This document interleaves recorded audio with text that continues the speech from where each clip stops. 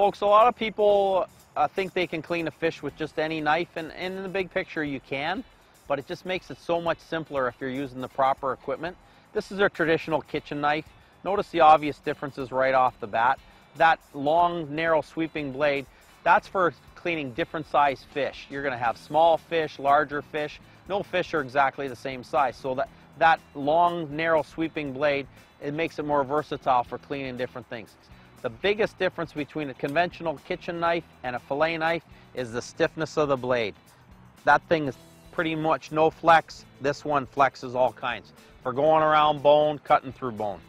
The main parts of the fillet knife that make it the right candidate for the job is you have that nice slender sloping tip for making those tiny little cuts and cutting in small intricate areas, taking out cheeks, following around the backbone. You have the middle section, which is nice for nice long even cuts, and you have down here in front of what this is called the hilt. The hilt is the strongest part of the knife. You can push and cut through backbone, or if you're steaking fish, you have that power there. So there's actually 3 sections of the blade that come into play throughout the cleaning of the fish process. You have this section for cutting through bone, this for nice sweeps, and the tip for going around areas. The other thing to consider when looking for a knife, I like these with the molded grips. That's a knurled grip when it's slippery and slimy. You want to find the knife is going to fit in your hand. You don't want fingers overhanging or something like that. Fit within the hilt and the butt so it's in your hand and it's under control at all times. So look for that flexible blade, nice sharp edge, flexible tip, and a nice handle that fits firm in your hand, and you'll be fine. No matter what species you're fishing for, Rapala makes a knife that'll cover it. Largest salmon, right down to the smallest panfish. They have them in stainless steel, Teflon coating, and the new Easy Glide. They got you covered. Question I get asked a lot of times is, when should you sharpen your knife?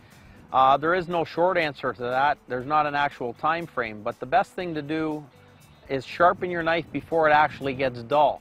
So after a few fish, just run it over the steel. This is a diamond steel, also a Rapala product. Just a couple nice, gentle sweeps. Nothing crazy, don't push too hard, and just maintain that edge. So if you're cleaning the fish and going around the bones, obviously your knife's going to last a lot longer, your edge. If you're cutting through the rib bones, that's going to make a difference. Just run it over the steel every 3 or 4 fish. And it's just a nice, gentle, rolling motion.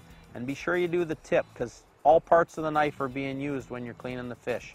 This also has the guard here, so you're safe from coming all the way through. And then when you get fancier at it, you can just go a little faster. To make a really nice edge on this after you're done steeling it, sometimes I'll take it and just run it through the ceramic guide. So just a set of cross ceramic sticks. Very, very gentle. People tend to push way too hard on this. Just take it through ever so softly. I do it only one way, so it doesn't cause a burr. Again, go right to the tip, and nice, soft strokes. Keep your knife good and sharp, and it won't let you down when you have fish to clean.